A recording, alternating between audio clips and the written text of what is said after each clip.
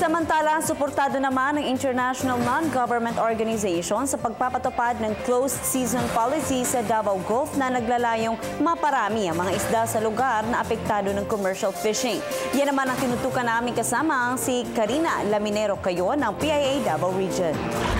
Pinapanawagan ng Oceana Philippines, isang international non-government organization na nakatuon para sa konserbasyon ng karagatan, na palawakin ng gobyerno ang implementasyon ng closed season policy sa mga karagatan ng bansa, katulad ng implementasyon sa Davao Gulf tuwing Hunyo hanggang Agosto kada taon.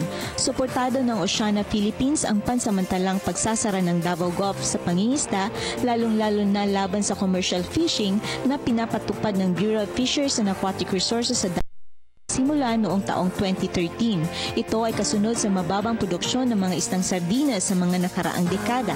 Ayon kay Attorney Gloria Estenzo Ramos, Vice President ng Oceana Philippines, maganda ang naging epekto ng closed season policy sa Davao Gulf para sa proteksyon at konserbasyon ng mga maliliit na mga isda at para na rin sa kapakanan ng mga ordinaryong mangingisda.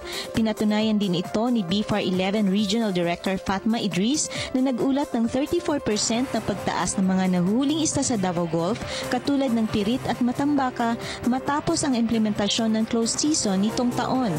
Also help conserve our resources and drawing in the participation of stakeholders. Thus, we can say na they're very successful in declaration of closed season, which is meant to conserve and protect sardines. This year, the second year, 3 months tayo nag-implementar ng closed season. Makikita natin na mas maganda yung huli ng mga mangingisda sa mga small fisheries area dahil humaba yung kanyang length. No? At the same time, mas maraming matured na isda ang nahuhuli kumpara sa juvenile because maraming compliant.